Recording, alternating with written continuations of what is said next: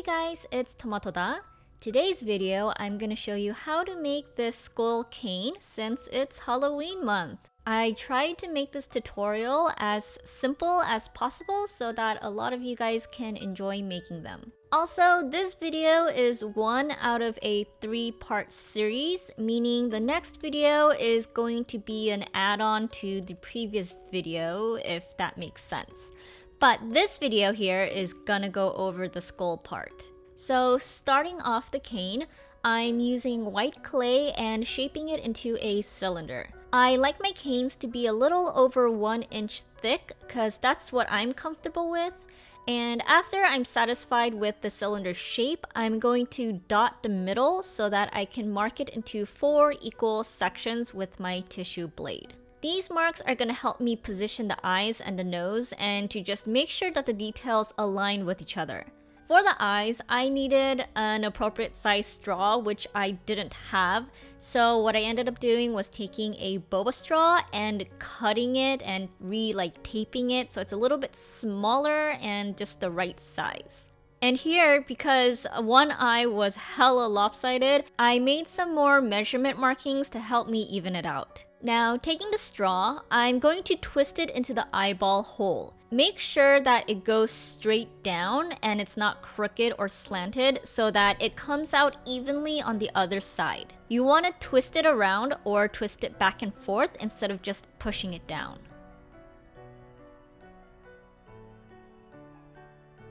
Repeat with the other eye. Now, taking black clay, I'm gonna roll it into the same thickness as the straw and then clean the surface and the blade and my hands because it's all tainted with black now and I gotta touch white clay. Cut the side of the eyes so that you can easily slip the black rod into the hole and then close it up evenly and firmly. Repeat on the other side and remove some of the excess. Here, I'm lightly packing things in to make sure that it's all snug and then removing more of the excess. Flatten it down just a little bit to even things out.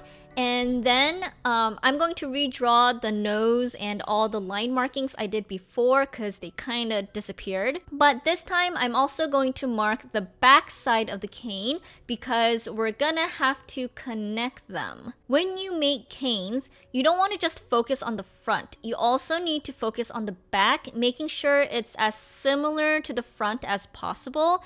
So I like to line everything up with these measurements and then connect the edges of the front with the edges of the back in this way. Also, these connection markings on the sides will become our guidelines for when we cut straight down because I personally can't fucking cut straight down, so this keeps me on track. Here I'm cutting the bottom part of the triangle nose and then cutting off the nose itself.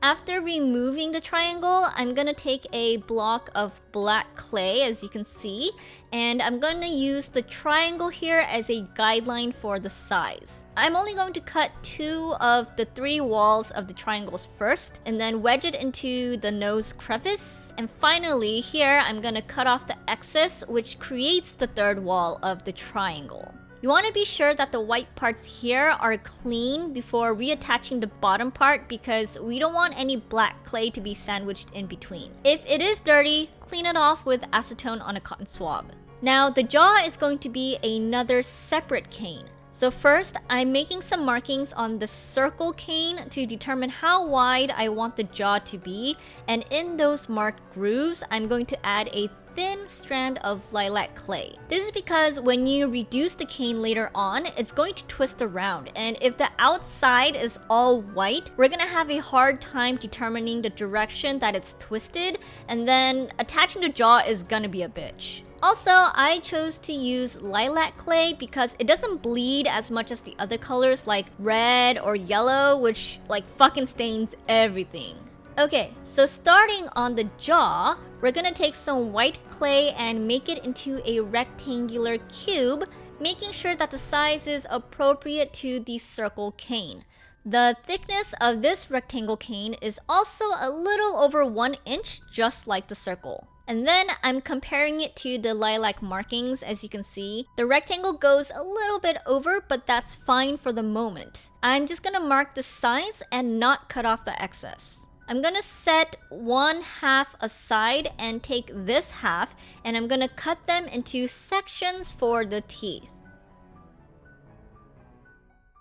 With a thin sheet of black clay, cut that up into sections as well, and sandwich everything into black and white striped layers. While I'm doing this, I'm making sure that one side is aligned so that it's flat. The other 3 sides don't have to be flat yet because we are going to cut them off. Now cut them off. As you can see, I am having trouble cutting this side off and making it even because my blade is super dull.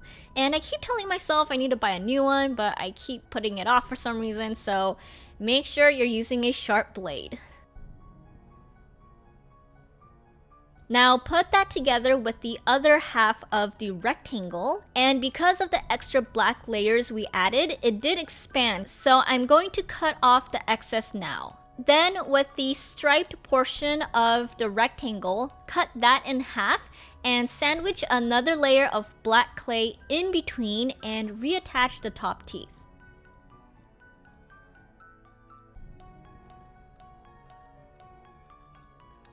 If you can tell, I did cut the edges all around just a little bit to make the corners of the rectangle sharper and cleaner. Now time to reduce our skull. So when reducing, you want to start from the center and press down with your fingers using equal pressure all around. Slow and steady. Go in one direction, either clockwise or counterclockwise. Don't switch the direction in the middle if possible. And once it's a size that you like, take a flat panel. This here is a glass from a picture frame, and roll it out just to smooth the surface. Now I'm going to reduce the rectangle into the same length using an acrylic roller. You want to roll it the long way, not the short way. You want to hot dog it, not taco it. One thing you want to keep in mind is to keep track of the edges or the corners of the rectangle while reducing. Just make sure you don't round them off, or else your image inside can actually twist around without you knowing. After a certain point, you can actually stretch it out once in a while using a light hand. Don't fucking pull that shit apart. Just slowly stretch it.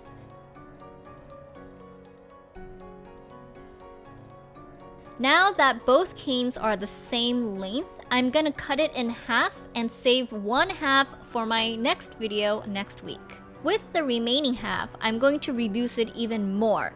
I want to reduce it to 2 smaller sizes. So when I reach the first size, I cut that in half, and with the other half, I reduce it more. Once both of the sizes are prepared, I'm going to add them together. Making sure that the lilac lines are straight and not twisted around, I'm going to cut it off along the 2 lines using my blade. Now this part is optional, but you can use liquid clay to adhere them together. I tend to not like doing this, but it's up to your preference. If you do use liquid clay, you have to leave it alone for a while so that the liquid clay soaks up and fuses the 2 sections properly. Or else, shit's just gonna slip around while you're like slicing. But the reason why I don't like to use liquid clay is because, well, first of all, I just personally don't find it necessary. Second of all, I don't want to wait. And third of all, the 2 parts don't blend in completely, even when I leave it to bond overnight. And I think that might be because I'm using Fimo clay, but the liquid clay I have is from Sculpey. So it might be a formula difference between the 2 brands. So I end up with a visible separation, like it's stuck, but there is a separation, and you'll see, I'll show you guys a comparison in a minute. But just saying, if it helps you, then, go ahead and do that. After I cut the slices, I'm going to reshape the head to make it more rounded. Before you cut and you feel like your cane is too mushy, put it in the freezer for about 45 minutes before slicing. Now it's time to move on to the smaller slices. I'm going to repeat what I did with the first cane, obviously, but I'm going to skip the liquid clay part and slice and dice.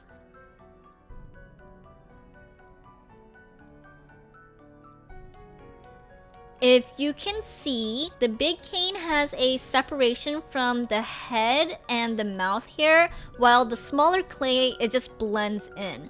And that's what I was talking about before. But someday when I buy Fimo brand liquid clay, I'll try it again and see what happens. Now it's time to bake everything in the oven according to your directions. After that, I like to clean them one by one with acetone, but be careful when going over the black parts because the colors will bleed if you rub too much, and you don't want to deal with that if possible, so I like to just lightly and quickly brush over the black areas.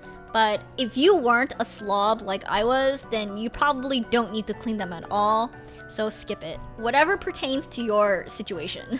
Now that your clay is done, you can do whatever it is that you want with them as long as it is safe. Please don't eat them. And that's all. I hope this was a good tutorial for you guys, and I'll see you guys next week. Bye bye!